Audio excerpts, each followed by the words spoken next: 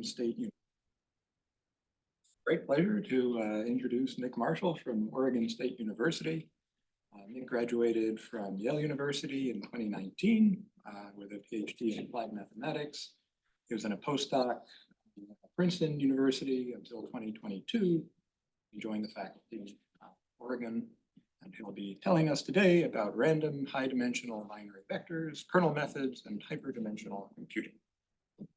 So first, yeah, thanks for the nice introduction and invitation to speak. So I'm excited to tell you about some recent work, which is almost going to go on the archive. So it's absolutely fresh research on high-dimensional binary vectors, kernel methods, and hyperdimensional computing. So I learned about this hyperdimensional computing kind of recently, and it's something that is sort of like a computing paradigm in computer science, which I'll try to motivate. So first, maybe an explanation. Oh, first I should say this is joint work with Ali, Saeed, and Wyatt at Oregon State. And next I should try to describe the title. So the first part of the title, random high-dimensional binary vectors, that's pretty straightforward. We have really long vectors and they have zeros and ones, right? The next part, probably also you're familiar with, a kernel method. So I wrote down maybe my favorite kernel. This is a Gaussian kernel, e to the minus lambda x minus y squared, where this norm could be your favorite norm.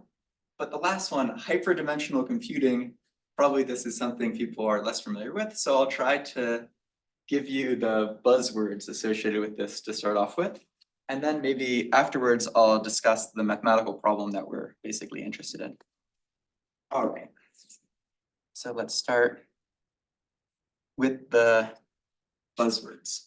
So maybe I should move this far so it will not.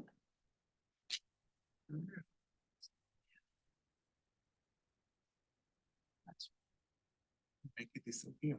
Hide it somehow. Oh, I can make it disappear. That.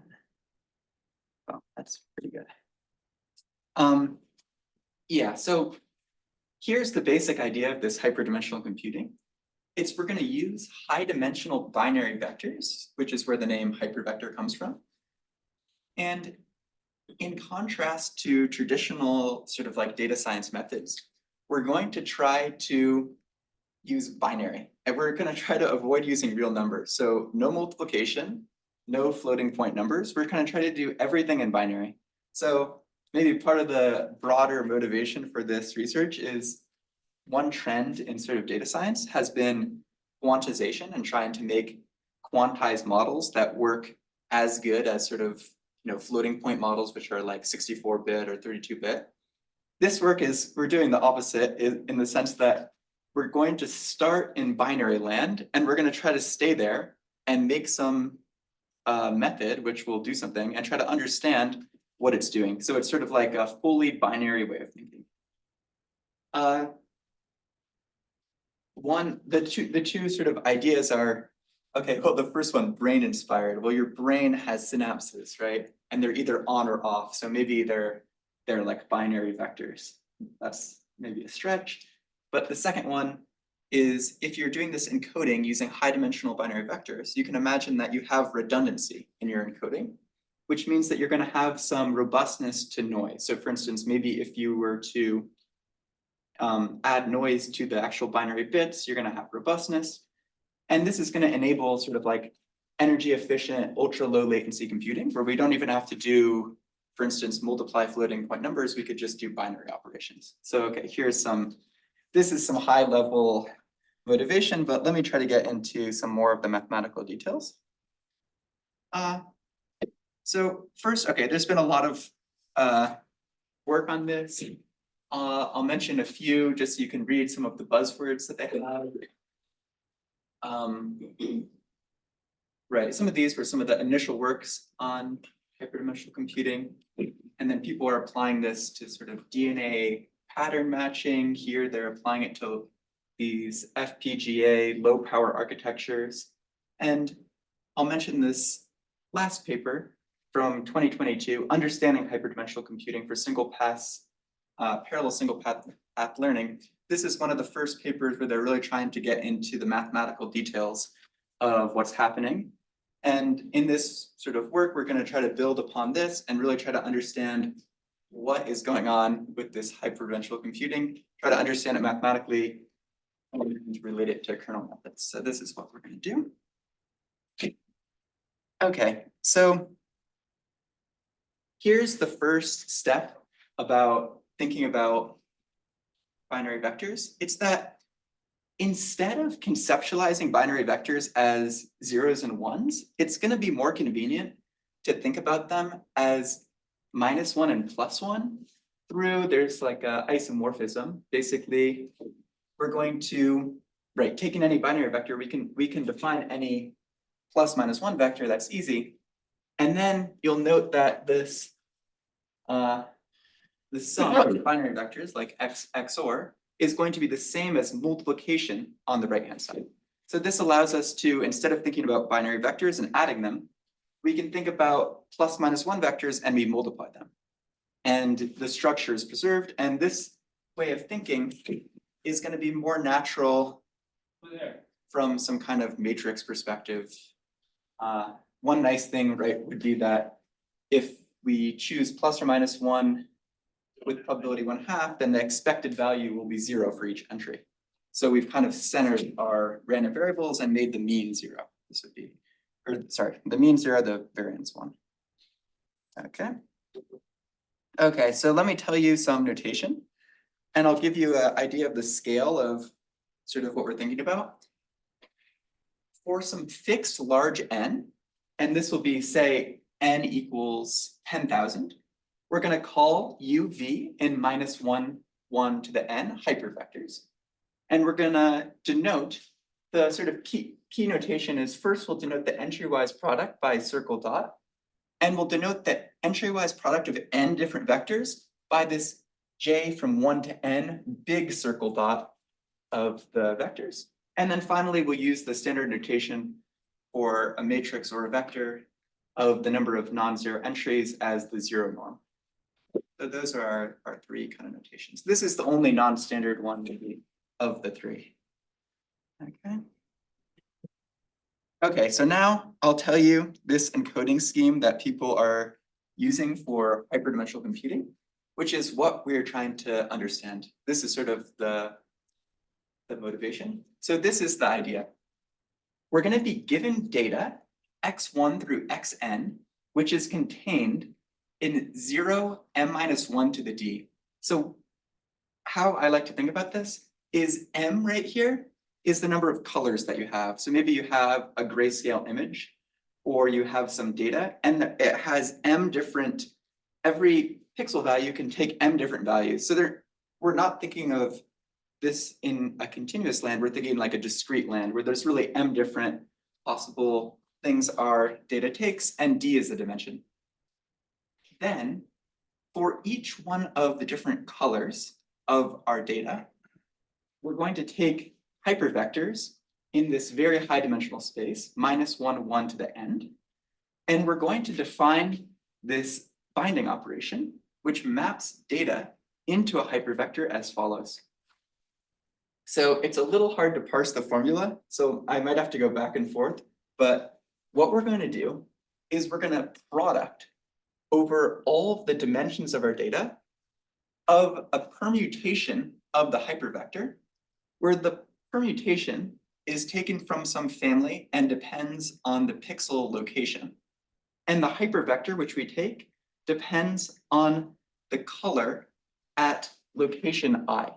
So this is V indexed by X of I. So I will do an example for this, but just to maybe go back.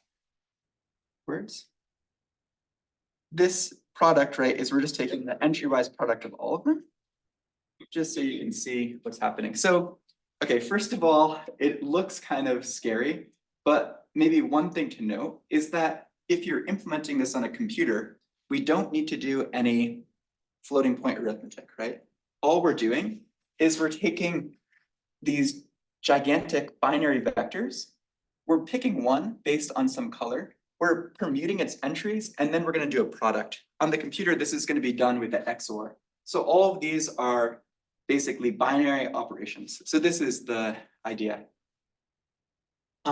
Right, so I think even though this formula is short, it's very hard to parse, I think. If you look at it, I'll try to sort of do a very explicit example of what's happening.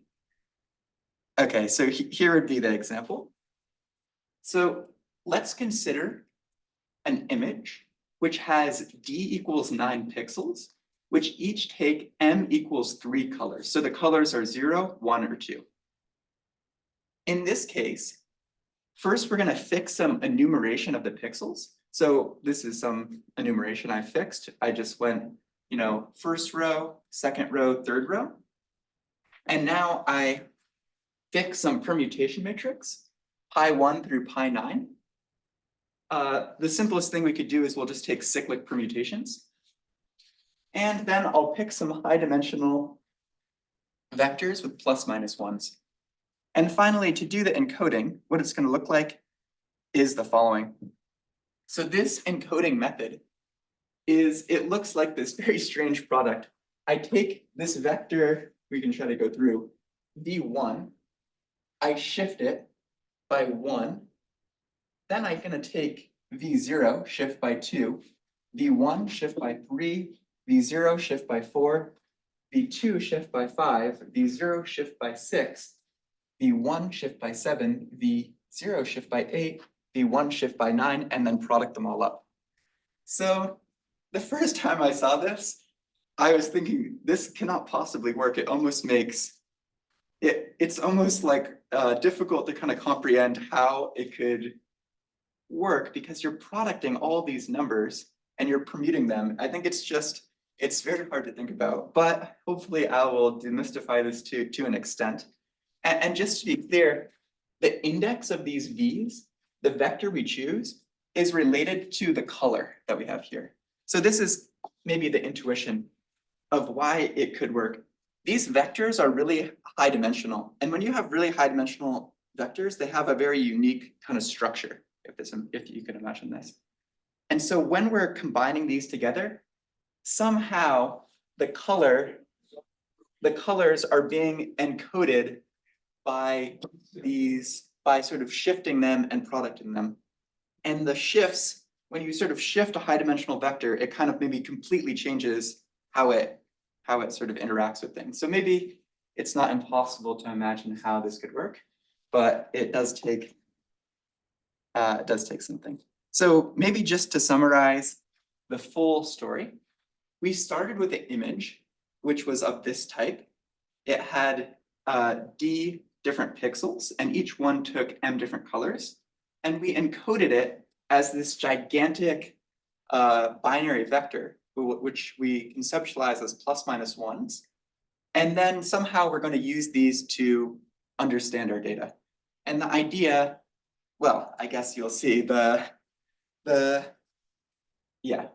going to do in the following is sort of explain the geometry of this kind of encoding. So that's what our main result is, and then we have some examples. All right, any questions at this point of what's happening? I guess like psi should be longer than x in terms of how many numbers, but then it's less clear beyond that. That's a good observation. So yeah, typically we'll set the length of the binary vectors will be like 10,000, even though the amount of data on the left-hand side will only be on the order of like hundreds or something. The advantage you get is like compared to double precision or floating point, you divide by 64 or 32 to get the equivalent, how much storage are you using? So you do, even if you have like 10,000 dimensions, okay, do we get to divide by like 32? So it's not like that bad, but yeah, that is a good observation. Okay. Anything else before we go on? Like what is happening? We'll proceed. So I've heard that every math talk should have one proof. So I thought I would prove this. It's a classic identity for you, but which is used in this construction. So this is Grothendieck's identity. So this is not, I think the story was this. Grothendieck is a famous mathematician who started out doing like functional analysis and has this identity and like another inequality named after him before doing much more abstract math.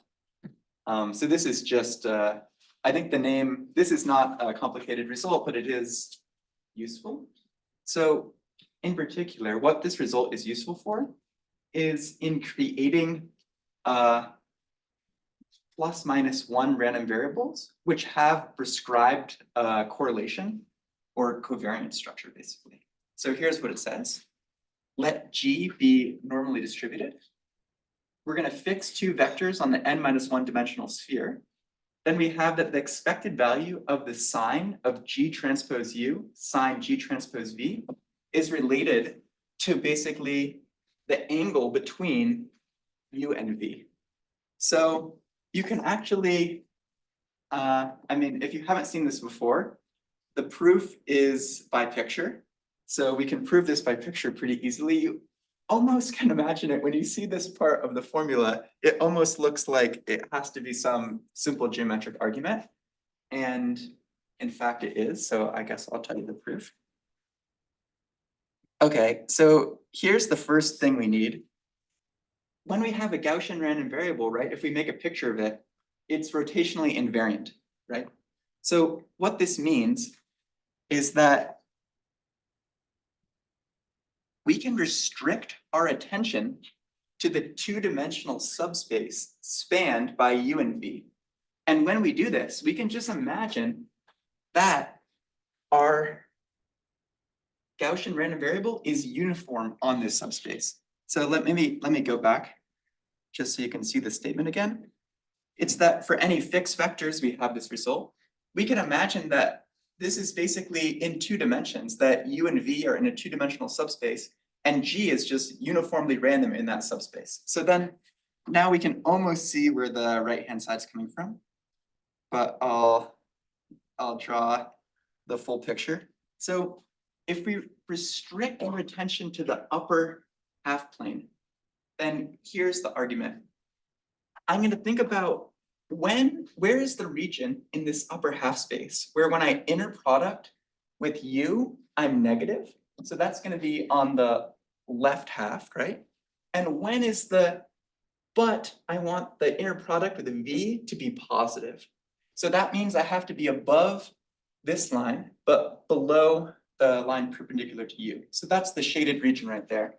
So this is one of the regions where the sign of G transpose U, sine G transpose V is negative. Does that make sense? This is in the upper half, the lower half space, the argument's going to be basically symmetric.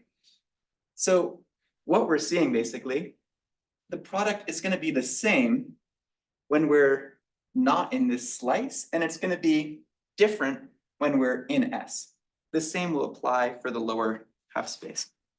So then we just get this following calculation.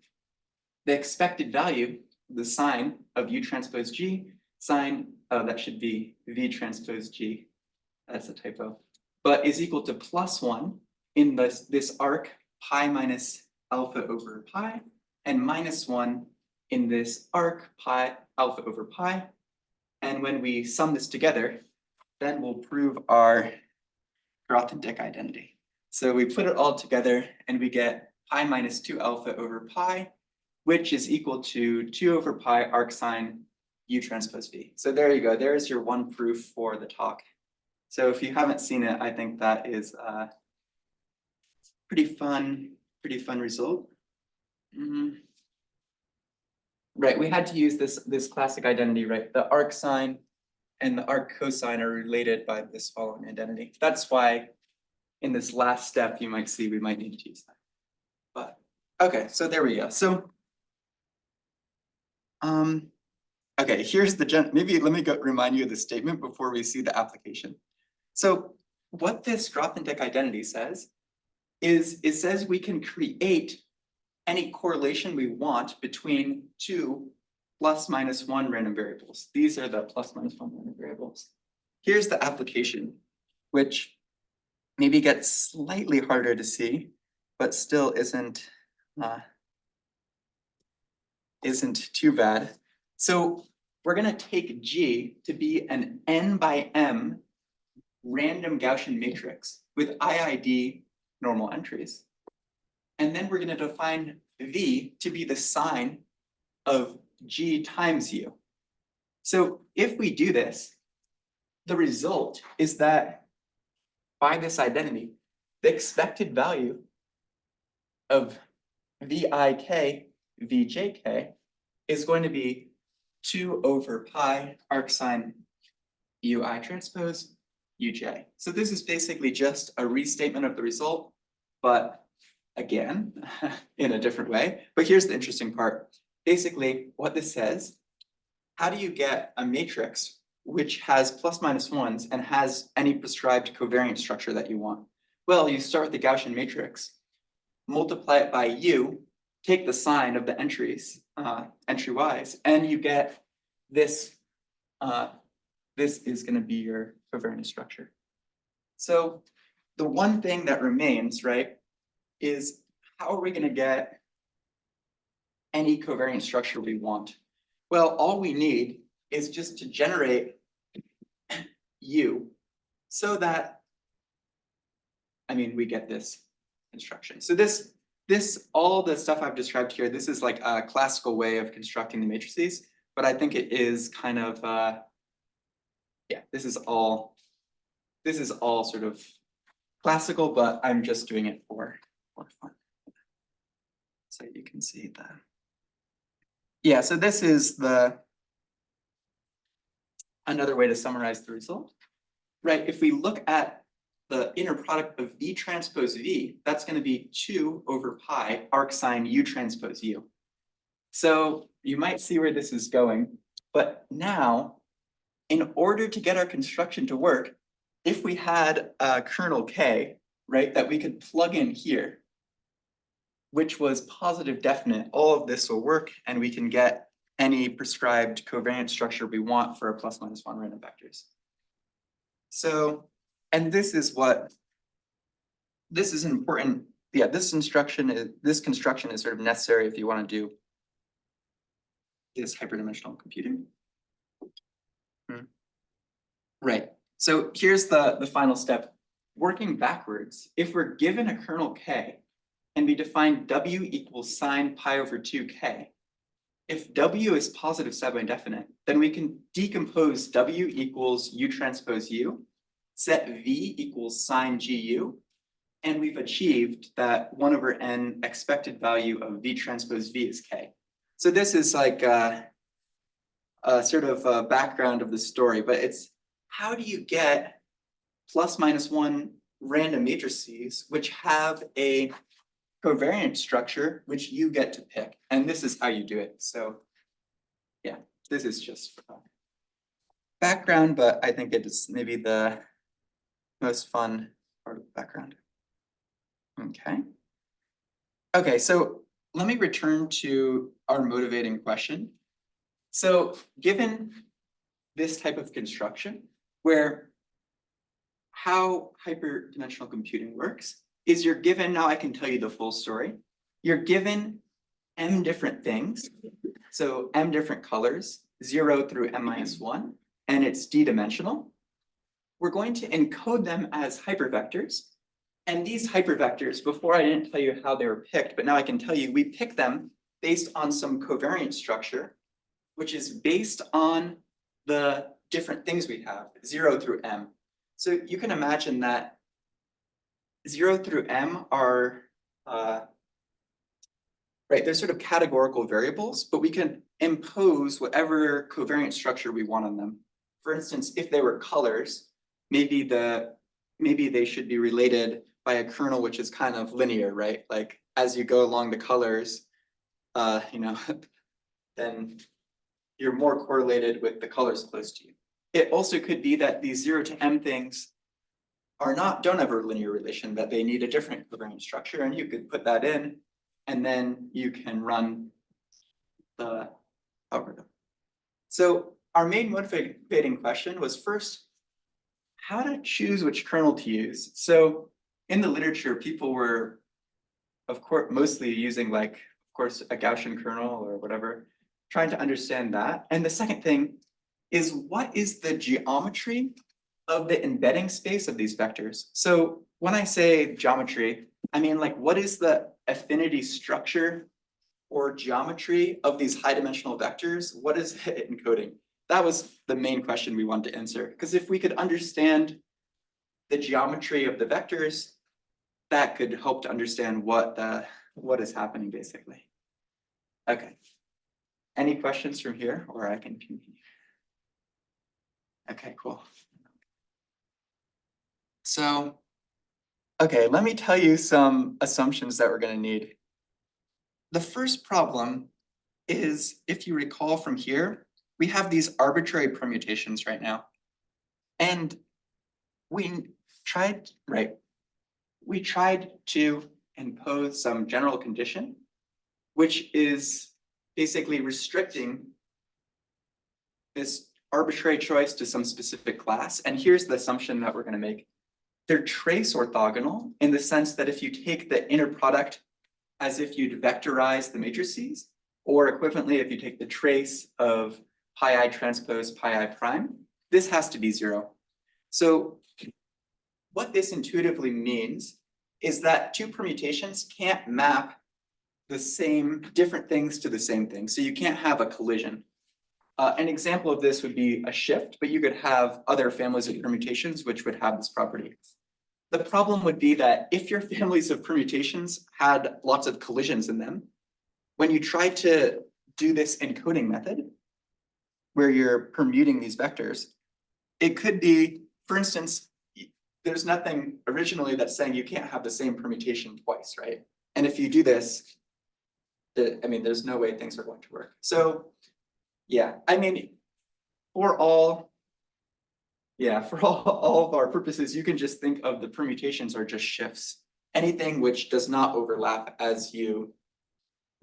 anything which are trace orthogonal in the sense, such as just shifting, where the shifts never have the property, right, that you're going to have this collision in the permutations. Okay. The other assumption that we needed, right, is that we need our affinity kernel to be admissible. And it needs to be admissible in the sense that when we took sine 2 pi of our kernel entry-wise, we needed that to be positive definite, positive semi-definite, such that we could decompose it and generate these ±1 vectors. If we couldn't do that, then just the construction would not work. So we could have a kernel which is a nice kernel, but just you can't use the method for. So then I can tell you our main analytic result. So let's see. Just back on Yeah. that slide, isn't there some theory about kernel methods? Like if K is a kernel, you apply like a monotone function to it or something. You get a kernel still, or Yes, so it's the theory is it's easier if you apply like an operator, like the sign operator to the kernel. Like if you could use the spectral mapping theorem, it'd be easier to think about what happens. If you apply it entry-wise, then I think it's a little more challenging, but it's not in this case, it's not very hard to think about what happens. Yeah. I guess we will see. Okay, so here is the main result. Basically, we have under these assumptions, we have that the inner product between two different encodings is going to be the product from I equals 1 to D of the kernel that we use to create the vectors. That will be the similarity. And the variance of the encoding is going to be related to 2 gamma p over n squared 1 minus sxy, where this gamma p is related to how much the permutation matrices are overlapping. So we can explicitly compute this quantity in the case of a cyclic shift. But in general, there's some formula related to how sort of much interaction the permutation matrices have as to the variance of the encoding. one nice thing at least is that we have the property that the variance is related to one minus the similarity. So if two things, the similarity is one, then the variance is zero, which means that two things which are identical will be encoded exactly the same, which makes sense because after you fix the hypervectors, the method is completely deterministic. So I can tell you, let me tell you a corollary. So this is a corollary actually trying to understand what's happening. So first, let's take the permutation matrices to be the cyclic shift permutations. And we'll take our kernel to be the Laplace kernel, which is e to the minus lambda I minus j. So this will be the Laplace kernel with parameter lambda. Then both of our assumptions are satisfied, and we get this L1 Laplace kernel is the affinity of these hyperdimensional vectors in the sense that their inner product, its expectation, is this L1 Laplace kernel. And then we have some variance estimate based on the previous result, which shows that, right, as you make the hypervectors longer, the variance will go down, of course. Okay. So, right, one thing about this which I thought was kind of cool is the Laplace kernel appeared. Usually when you're doing things, right, the Gaussian kernel is the kernel which always appears, right? And this Laplace kernel, it seems like it does not appear as much. And the other nice thing I think is we have an L1 norm in our similarity.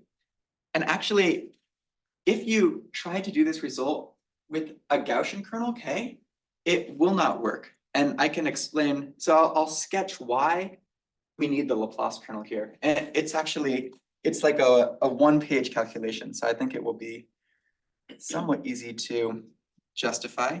But here's the idea. Okay, oh, there's one other.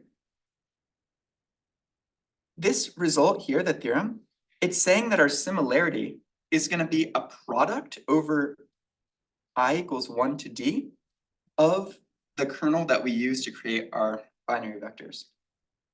Then when we plug in this Laplace kernel, we get this L1 norm Laplace kernel. Because we're producting d different kernels, we can sort of make the assumption that the kernel which we picked must have been pretty close, must have had like pretty small values. Because after all, if our kernel values were very tiny to start with, then when we took it to the power d, everything would have been destroyed, which means we really need to start with a correlation structure where things are all pretty similar. And under this assumption, if we just Taylor expand the sign about 1, you see that the sign near 1 basically just squares. It's basically just squaring what you put in. And the kernel, this kernel like k x equals e to the minus x squared. This is the Gaussian kernel, everyone's favorite positive definite kernel. But the kernel k equals e to the minus x to the 4. This is actually not positive definite.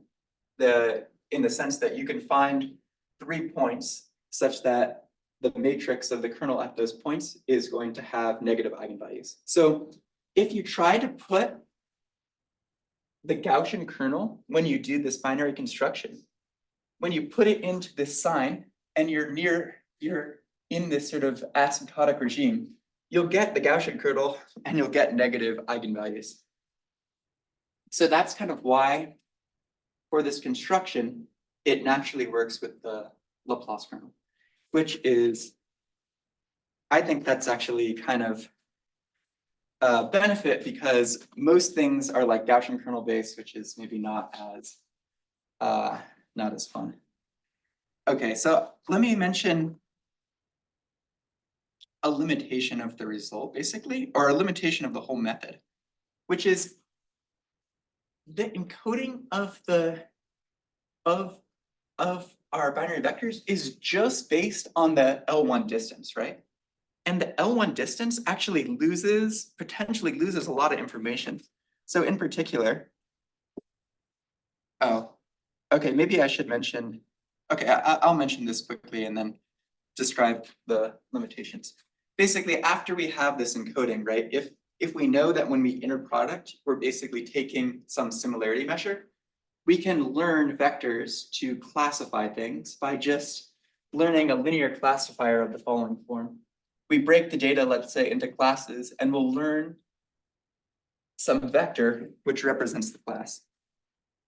One easy way is you could average over the class or do like majority vote with binary values to create a binary classifier. Or what we do, which of course will work much better, run SGD to find the class vectors, or there's sort of different trade-offs. If you use SGD and threshold things to make it binary, it will be the most effective. However, you'll have left the binary regime. So this is where things get, if you really want to stay in the binary regime, maybe doing like a majority vote in the classes would be the most pure way to decide like a centroid of your hyperdimensional class. X being classified? So X is the data point that you're classifying? Yeah, so we'll classify X by learning a linear classifier on the high dimensional binary vectors. And this linear classifier W, these can be binary vectors. Could you do like an SVM or something here where you look for maximal margin? So yes, you can do an SVM if you want to get a float solution. In order to get a binary solution, it seems like it's more effective if you run SGD, because you have the ability to, as you run it, to threshold things, to turn them into signs, to create some non-trivial, sort of just non-trivial. You could run SVM, right? And then you could take the sign of the classifier and use that. I mean, or pose like an SVM problem in this binary language. You could pose it. Maximize the margin. Yeah. You could pose it in this binary language, but if you want W to be binary, then it will definitely be NP hard, I would assume. I think that there are some papers, I think people think that like SGD implicitly finds like maximal margin classifiers in I should- SVM or something. I should look into that, because yeah, I think there is some. Yeah, we tried it, SVM, we tried all these things, and we can't find anything better than doing like this, the worst SGD algorithm where you, okay, every epoch, maybe you just take the sign of your vector, and then it starts at a sign, a point on the hypercube, and then you start to learn something like this. But yeah, I agree. This is the part which is maybe the least satisfying, in the sense everything has been in like binary hypercube land, and now, okay, when we do the classification, we have to do even majority vote, right? You need integer vector to tally the votes. So you have to kind of leave binary land in order to get your class representatives. After you have them, you're back in binary land where you have everything's binary. But maybe this part is the one sort of missing part. But, oh, okay, so I can mention, if you try everything I just described on fashion MNIST, you'll get about 85%, which isn't bad, but it's not bad, but it's not good either. And I can mention the problem basically. This is the problem is the following. It's that, if you recall, our main result says that the binary encoding has the following affinity structure. It's that SXY is this Laplace kernel with an L1 norm. So if you have images, right, they actually have spatial information, meaning that if two pixels are near each other, right, you think they probably have the same color. If all your encoding is the L1 norm, then this is going to be basically invariant to permuting the images, right? Which is meaning it would work just as well if someone had given you the images all scrambled up by some global permutation. However, if you scramble them up, that's not going to be, you have thrown away all the spatial information. So yeah, it's kind of an unavoidable limitation of the method. Just as like an illustration of how you should encode spatial information to get better. So right now, this was like 85% on fashionableness just doing this. But if we, so here is something that uses L1 in a very weak way, which was, there's this paper which says in some weak sense that Earth mover distance can be approximated by taking an L1 norm of wavelet coefficients. So I will say as a disclaimer that maybe this result, it's approximating Earth mover distance in a weak sense, but the idea is the idea is that wavelet coefficients will help you take advantage of the L1 norm. So I can tell you what we did to kind of do this. So we just did this as a basic illustration. If instead of taking your original features, if you take some Haar wavelets and convolve these with the image, maybe with some stride, like maybe just stride 4, so you just convolve these filters across the image and rerun the hyperdimensional computing, you get 88%, which is like a boost of, I don't know, extra 3% or something. Basically, all this is illustrating is that, yeah, if your data has any spatial information and you throw it away with this method, it's not good. If you put it back, then it will.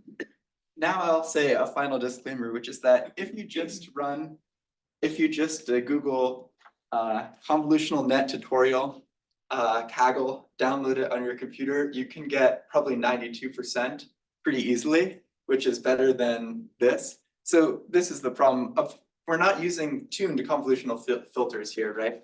So even the features for images that we're using, these are not like the optimal features in any sense. But you can use any features, like that. Yes. The choice of features is independent, seems independent of all the. No, exactly. So that's what I mean is that, And it doesn't say anything about your method. It just no, says- I mean that in like a positive way, in the sense that it's not to say that, yeah, we're not trying to say that we're doing optimal feature extraction. And we did try, okay, what if you use features from a convolutional neural net? Yeah, you can get the same accuracy, but that's sort of, we decided that's sort of it's sort of diverging from the theme, which was trying to understand this binary construction. Yeah, so let me tell you some summary. So we started off trying to understand this construction for encoding data in a way which stays in like a binary point of view. So in contrast maybe to a lot of discretization methods, this is like a binary first approach where we try to, from the very start, do everything in a binary encoding way, and then try to understand what's happening, like what are the implications of this. And we got a Laplace kernel with the L1 norm. So, and maybe some of the machinery, right, we had graph index affinity. So I'll just pose one sort of future work / question is, can this approach be used to create binary versions of other data science methods? So what I talked today was a lot about sort of like a kernel-based learning thing, but one thing I'm kind of interested in is sort of thinking about trying to sort of other data science methods, if this sort of binary centric approach could be used to create sort of generalizations of that. So our paper should be on arXiv very soon, and thank you for the attention today.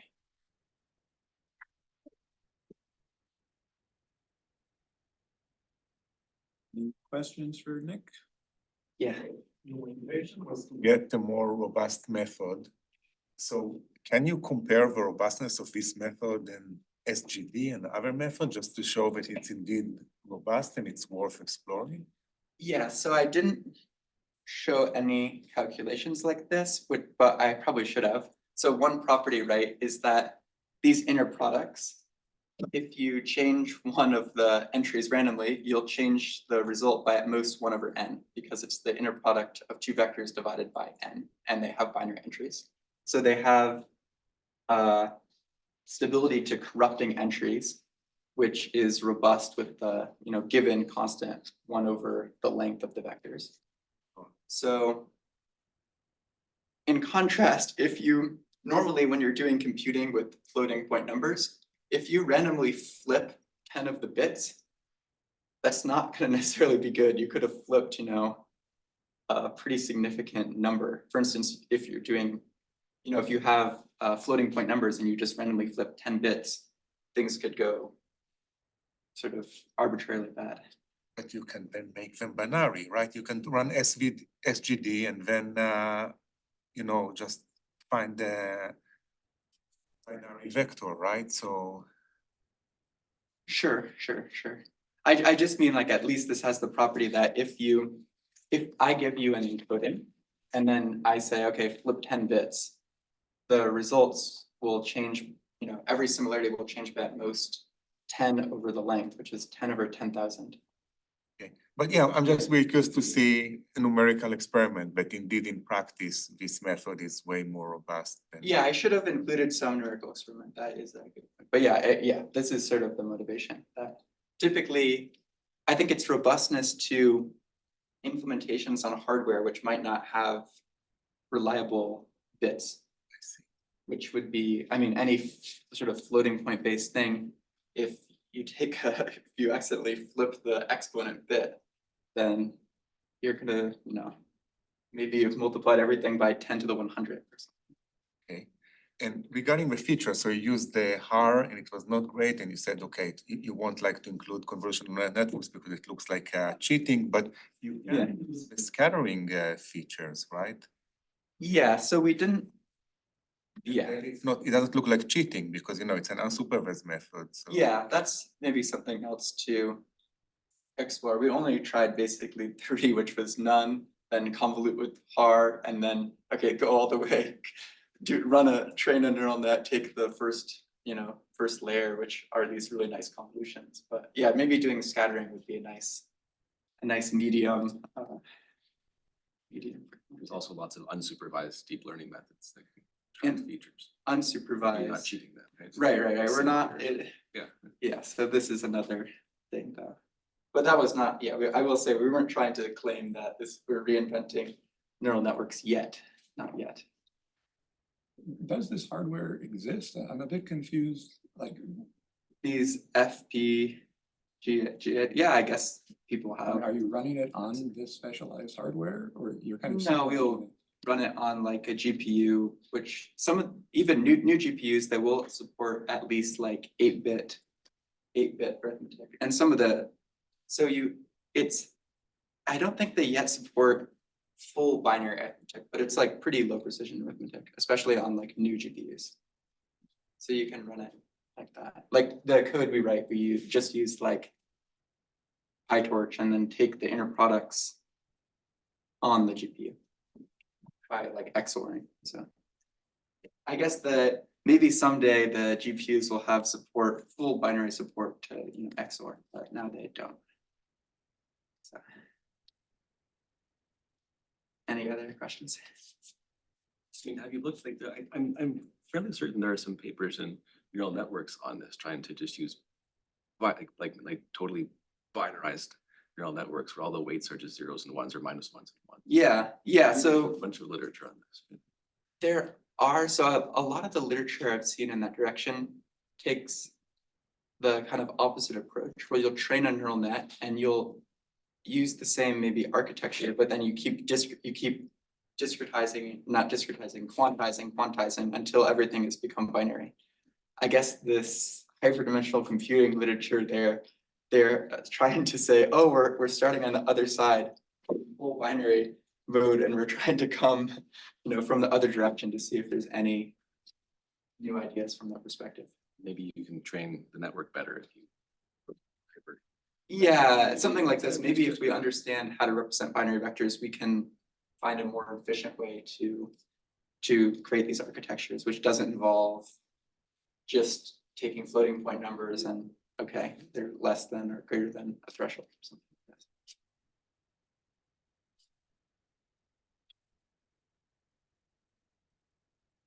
this. Questions? Let's thank Nick again.